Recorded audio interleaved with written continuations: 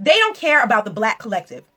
They only care about their own children and their own offspring, their own lineage. They want to be the talented 10th, the super Negroes off the bunch. They don't want to be associated. They don't want to see elevation for the entire black race. They only want to see elevation for them and their children. And that is a problem. And as I speak on that topic, let's move right on into the new school chancellor of NYC, Miss Meisha Ross Porter. The New York City Schools Chancellor, Meisha Ross Porter, barely taught before her quick ascension. Incoming Schools Chancellor, Meisha Ross Porter, the same woman that they keep talking about, oh, she's black, a black woman chancellor. We got a black woman chancellor. Aren't we so happy we got a black woman chancellor? She looks like us. She's a black woman. She's a black woman. She's a black woman. They keep just, all they talk about is the fact that she is a black woman. Okay, we don't know nothing else. We know that she's black. And that made me wonder, why do they keep harping on it so much? Why? I need to look into this reason. I need to know why. Incoming Schools Chancellor Meisha Ross Porter became a rising star in the City Department of Education despite spending just 1.5 years as a teacher. Did you hear me? Causing some educators to debate her qualifications to run the nation's largest school system. Porter, a community organizer before joining the DOE, helped create the Bronx School of Law, Government, and Justice in 1997. And I want you to keep that in mind. She helped create. That's what they said. This is what they're giving her credit for helping to create Bronx School for Law and Government and Justice in 1997. In the first urban assembly nonprofit network of more than 20 schools, okay? After working as an assistant to founding principal David Banks for about 3 years, Porter started teaching, okay? So watch this timeline. After working as an assistant to founding principal David Banks for about 3 years, Porter started teaching English at the school in September of 2001, officials say. But her classroom stint ended in February 2003 when she was named assistant principal. So she taught for a year and a half. No, she was an assistant to the founding principal. She was his assistant. She taught for a year and a half. Then she taught for a year and a half, and then she became assistant principal. So let me ask you a question. She wasn't a grade team leader? The head of the teachers in that grade, in that subject? She wasn't a subject team leader as a teacher? She wasn't a dean? She wasn't an academic dean? She wasn't a behavioral dean? Okay, she didn't coordinate the things in the school? No, so she just taught for a year and a half, and they made her an assistant principal in a year and a half. 6 months later, she was promoted to principal. Wait a minute now. So then in 6 months, she was promoted to principal. That's really fast. That sounds like she was put in place. She sounds like a pawn. These sounds like the moves of a pawn in a game of long-term chess. 6 months later, she was promoted to principal after Banks left to launch Eagle Academy Foundation, the network of all boys schools. Let me tell you something. Mr. Banks knew he was leaving for Eagle Academy when he made her assistant principal. That's why he made her assistant principal, because he knew he was going to make her principal. And now I don't know why. Specifically, she was picked. But it seems like she was designated. She is a pawn. She is being placed in position to do certain things. And let's keep reading.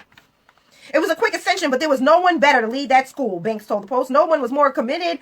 Nobody knew more about the school beside me than her. She was the heart and soul of the place. The two of us were there. Unlike the DOE superintendent, Porter never earned a permanent teaching license. She didn't have to, because she knew she was going to have a quick ascent to principal. At the time, she didn't even need one to become a school administrator, according to the state education department. The state now requires 3 years of prior teaching experience. So they made sure that nobody else did that again. I wonder why. If it worked so well, they wouldn't have made no law. But in New York City, educators can't be principals without at least 7 years of teaching experience or other instructional jobs, such as a guidance counselor. That's another job. She wasn't a guidance counselor. Under rules enacted by former Chancellor Carmen Farina soon after she took the helm in 2014. So after they pushed her through, then they started changing the laws to make sure that nobody else could do the same thing. Principals must have credibility, and credibility only comes with experience, Farina said at the time. Experts agree. Principals need to be instructional experts. And I don't know how that level generally can be reached in less than 5 years, said David Bloomfeld, an education professor at Brooklyn College and at CUNY Grad Center. Porter served as a principal at the time, the Bronx High School for 10 Porter served as principal at the same Bronx High School for 10 years. In 2015, Farina appointed her Bronx superintendent. So the same person, Farina, who said that principals must have credibility and credibility only comes with experience, then promoted her to superintendent of the Bronx. She's been in the right place at the right time, but she's good, Banks said. She's someone who really listens to the community and people are drawn to her. She has a big personality. Months after succeeding Farina in 2018, Chancellor Richard Carranza created, and I want you to think about all of these names that are promoting her, as they tell you that she is a black woman. Months after succeeding Farina in 2018, Chancellor Richard Carranza created 9 new executive superintendent posts and tapped Porter as one to see over all the Bronx schools. So he created this position for her. Mayor de Blasio named Porter 47 to replace the departing Carranza at the same salary, $363,000. She starts on Monday. How is she qualified to be a chancellor? Skeptical Brooklyn principal asked. Under the current guidelines, she couldn't even become a principal given her lack of experience. She was a super fast track, and that's what I'm saying. She's a super fast track. And black people, we need to be very mindful of these super fast track black people. Because when do they super fast track black people to do anything? Nothing. So if we got black people that they are pushing towards us and telling us, this is your leader, this is your chancellor, worship her. She is black. She's a black woman. Hear her roar. Worship her. Be skeptical of what she's trying to do. Because she probably don't have your best interest in mind. And I'm going to keep reading on why I don't think she does. In choosing a new chancellor, the mayor passed over other superintendents with teaching licenses and several of color. Meisha has been a wonderful educator. She cares. She's only an educator. She only been teaching. She only taught for a year and a half. So what do you mean educator? She's been an administrator. Meisha has been a wonderful educator. She cares deeply about the kids and the families, and she knows how to improve schools and get the community to buy in. And I want you to hear that point. She knows how to get the community to buy in, and that is why they like her. That is why she has had a quick ascent. That is why.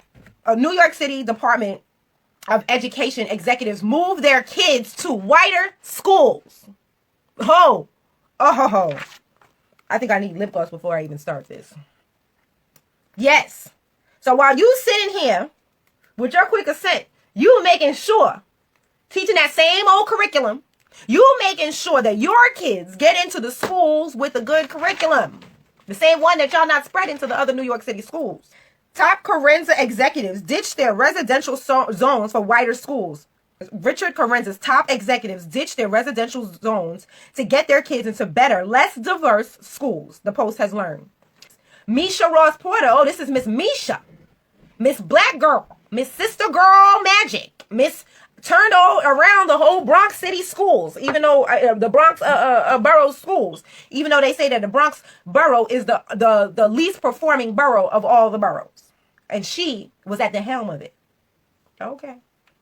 In another case, Meisha Ross Porter, one of Carranza's 9 executive superintendents, took in a French child from another state in 2017. At the time, she was Bronx District 11 superintendent living in District 8. Instead of enrolling her child in the Zone Mott High Community School, which is 90% Hispanic and black and 8% white, Porter requested a seat at MSX 101, which offers advanced classes for gifted kids. Its student body is 60% Hispanic and black and 15% white. So, once again, this is what I'm saying. This school, MSX 101, how come that curriculum isn't being taught at all the schools? Okay. In an email at the time, Samantha Gowden, executive director of the Bronx Family Welcome Center, asked MXX 101 principal Jared Rossoff if the child under Porter's care could be accommodated. She was ushered in by higher-ups. They knew who she was, a DOE insider said. Porter declined to comment. And DOE spokesman Will Mantle said all the kids in District 8 can apply to MSX 101. Porter's child met entry requirements, and the school, which usually has a waiting list, had open seats. Both Meisha and Cheryl followed the rules, Mantle said. Okay, we're going to keep going.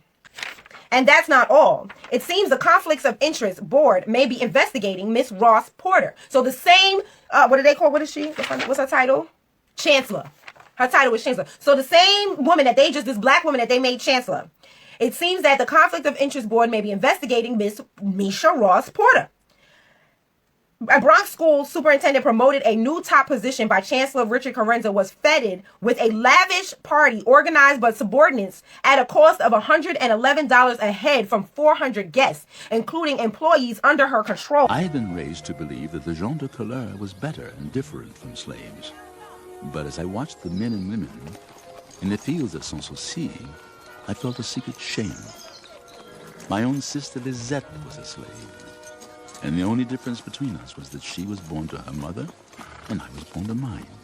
While she had nothing but a desperate hope, I had a life of privilege, a wealthy family to turn to for shelter.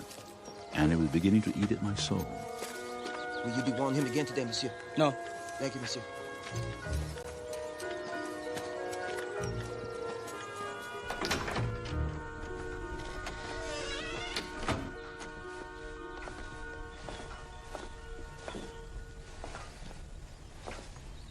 Marcel, it's a good crop.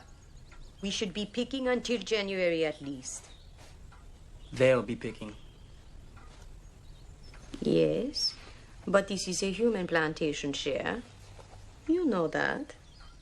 I know I live in luxury, while their backs are but broken beneath the weight of bags and bales. And what would you have me do about that? I don't know. But I know why the people of Saint-Domingue did what they did. Why those books are filled with pages and pages of blood and fire. And you're worried the same thing will happen here? Could it? Never.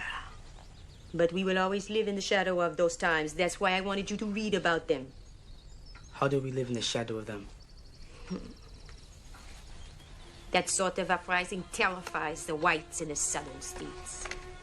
And each year, the abolition forces grow more powerful in the north. As a result, more restrictions are placed against the Creole gens de couleur libre. More laws are passed against us.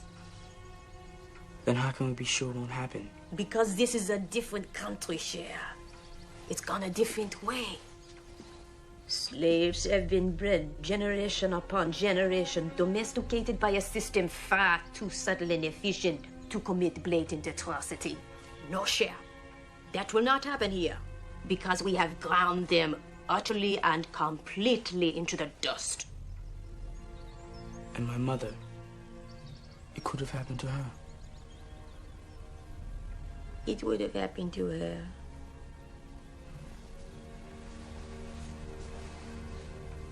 And her children.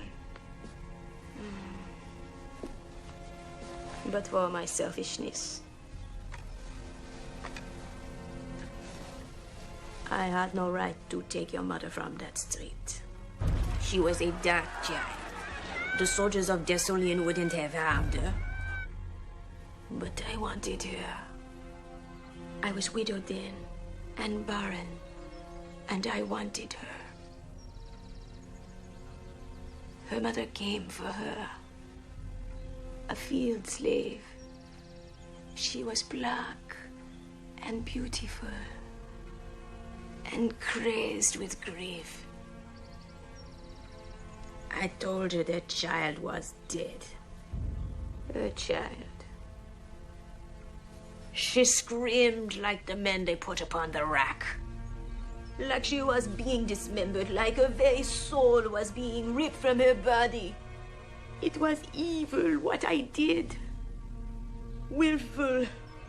Wrong. And for years, Marcel, I have begged God's forgiveness. Begged him to show me a sign that I was right to take that child and give her another way to live. A way I thought was better. And I wonder, Marcel, if you are that sign. A man of color, spared the yoke of slavery. I'd like to think that makes up for what I did. Sign up for free text alerts. You can find the link in my bio or in the description.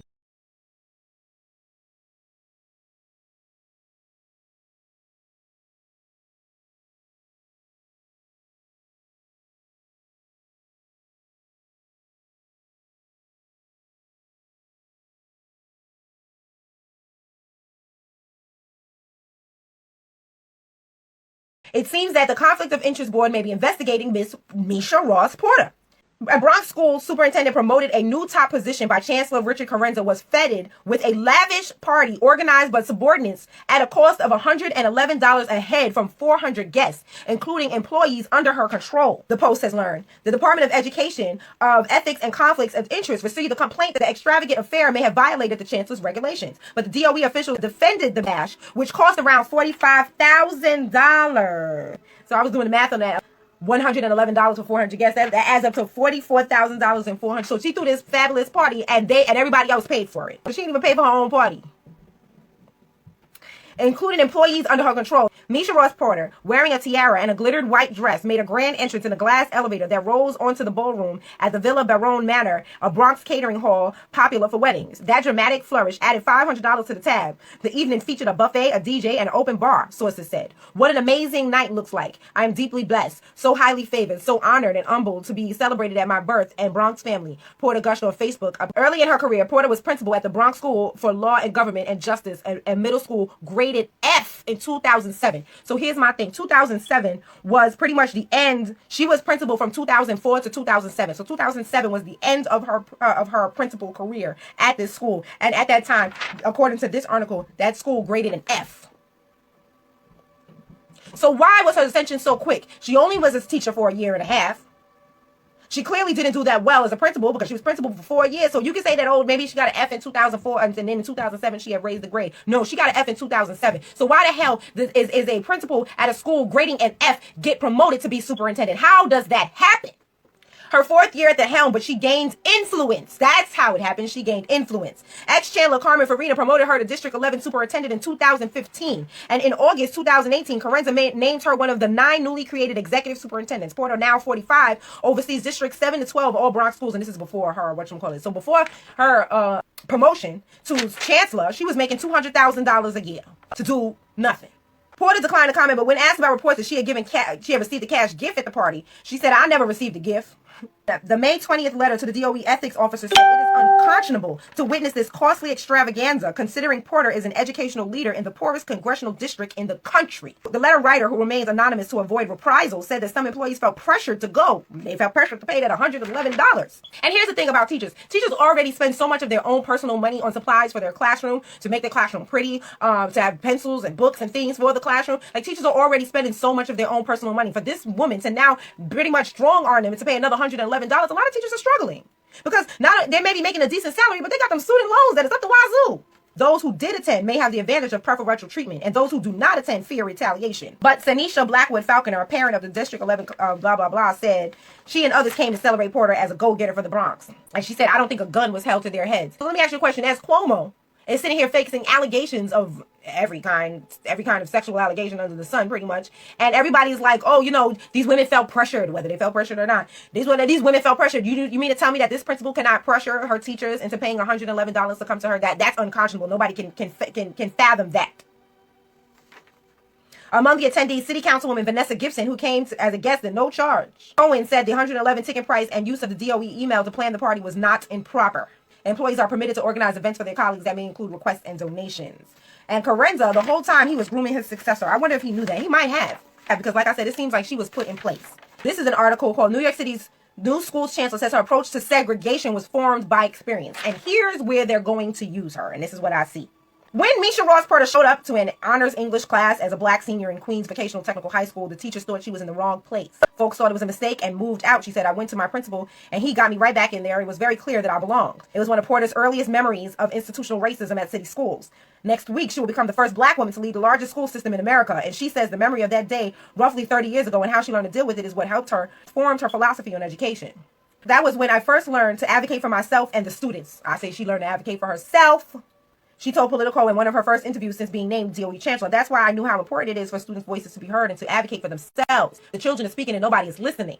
She said the lesson and the ability to truly see the possibilities in all truly has echoed through her conversations with the public. So you see how they really just putting it on thick. I mean, they laying this jam, this jelly on so thick to really tug at your heartstrings about her being black. She said the lesson and the ability to truly see the possibilities in all children has echoed in her conversations with public school students and parents since she graduated high school. Was she echoing that when she was trying to get her kids into the schools that were her zone schools? Was she echoing that then? Was she giving the children in the Bronx the same education as the children in Manhattan? No, she was not. That's why she was trying to make sure that her kids didn't go there. So those schools are fine for your kids, but her kids need the best education because she knows she is not providing that for the children of the Bronx.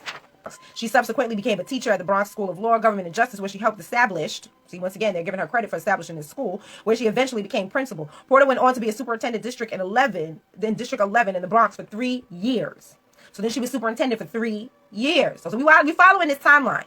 She was a youth council member. Then she was the assistant for the founding principal of that school, which they are credited. How she was the assistant for the principal at the school that she founded. That's what they're saying. She founded the school, but she was only the assistant to the principal. She did that for 3 years. Then she taught for 1.5 years. Then he made her the assistant principal for 6 months. Then he left to go start another school. She became principal in 6 months. Then after she was principal for 4 years, where her school subsequently received an F in her last year there. She was then promoted to be superintendent of District 11 in the Bronx for 3 years. So we following this timeline. Porter said during a recent press briefing that she is focused on getting schools fully reopened in September, engaging in the social emotional support programs for students, and ensuring curriculum is representative of communities, including underrepresented populations. She is also digging into the gifted and talented programming will be her focus. So now they're going to use this black woman to pick apart this gifted and talented program to make it less equitable for black people, I guarantee. Porter says she hasn't started conversations around school safety agents. The city plans to shift control of the officers from the NYPD to the education department, a priority of student activists who want to scale back police presence in school. The students are talking. Those who want the NYPD to retain control argue diminishing the role of the officers will lead to unsafe schools. Porter said the safety agents have been a critical partner in keeping schools secure. So she already is saying she's going to keep the NYPD in the schools, which is something that we've been trying to get out of there for the longest time. And the students are talking about that. That's what they want. She's sitting here giving all this rigmarole about how she wants to listen to the kids and provide mental stability for the children, and she wants to do this and she wants to do that. But the children are saying that the NYPD in our schools is leading to unsafe schools for us, and she's telling you, I don't care. She is a pawn. And I'm just going to read just a couple of things from this because it's getting redundant. I really want to dig into the gifted and talented, Ms. Porter said Friday in a press conference. I think it's a top priority, and that's where my first focus will be as it relates to integration. See, she's sitting here talking about segregation all the time. Oh, she wants to desegregate the schools. She wants to desegregate the schools. Desegregate the schools. And that is not the problem. Desegregation is not the issue, and it is not the answer. Didn't we learn that in the 60s? That segregation is not our issue. Her commitment to reforming the programs before Mrs. de Blasio leaves office sparked questions and opposition Friday from parent advocacy groups, including Place NYC, which says that concerns about the low percentage of students of color can be addressed without ending the programs. And while Mr. de Blasio has promised an intensive public engagement process this spring and summer to determine the future of the gifted and talented testing, and some parents question whether or not their input will be considered. She's going to be here for 9 months, Place NYC co-president Yitin Chu, Yiatin Chu. She's a caretaker of the DOE until we get the new mayor. I'm not sure if that is a really good use of her time and the energy to focus on the gifted and talented, okay? So the Asian people are already in her ear. Here's something I thought was interesting. Richard Kahn, founder of the Urban Assembly, said he hired Ms. Porter when she was 16 or 17 to work on a redevelopment program for the South Bronx. Ms. Porter, then a teen leader working on an anti-drug awareness program, stood out at a meeting at the Bronx Borough President's office, he said. She doesn't come off as a bully or anything, but if you try to push her, you will find out she's very strong. Honey, so they was watching her since she was 16. See, these people ain't playing checkers. They playing chess. They had this pawn in place and she was 16. They've been grooming her for this. And they put her in just the right moment to undermine what we're trying to do. See, it's just as simple as asking for the same curriculum at the school where she was trying to get her child into. The same curriculum at the schools that she teaches in the Bronx. Why didn't she do that? She know what school had the best curriculum. She knows because she was trying to get her kid to go there. So if she knows this, why doesn't she just get that curriculum taught at the schools that she was the head of in the Bronx? She did not do that. And this is because the black boule, they do not want equality in education. They want a whole for their child to be able to make it through. They don't want all the black kids to make it through. They want their child to make it through, just with exactly what she did. She wants to keep a subpar educational system in the Bronx while she sent her kids to the higher learning institutions in Manhattan.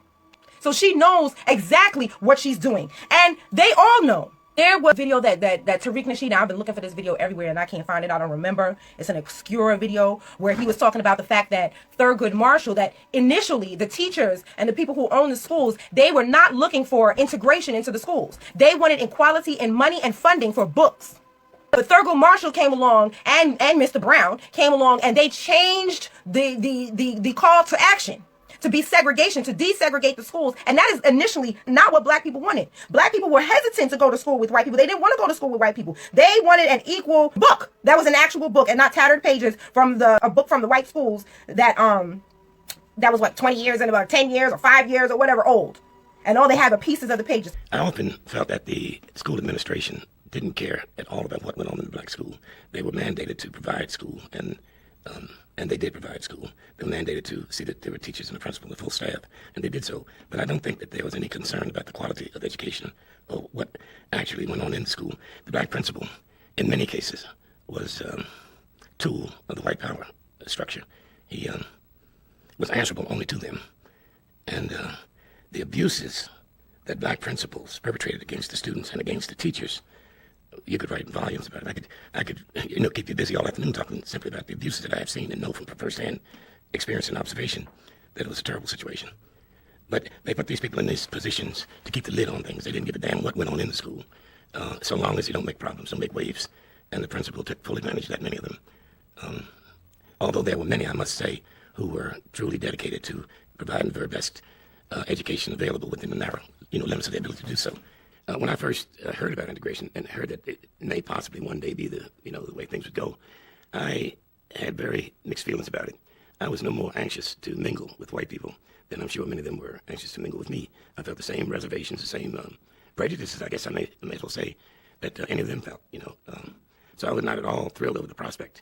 But as time went on, I began to realize that possibly this was, after all, the only way that the terrible injustices could be somewhat alleviated. And so more and more I began to favor the idea of integration. But I think many black people felt just as I did. They really didn't want any parts of white people. They would have preferred if it were. I've often thought if separate but equal had been a reality, you'd never had an integration struggle. Black people would have been very, very satisfied to maintain, but just make sure it's equal. And that's where the problem lay. Our Moton High School, a joke, man, with a couple of tar paper shacks which were unsightly, and compared to the Farmville High School, this is the idea of separate but equal. Books so torn apart.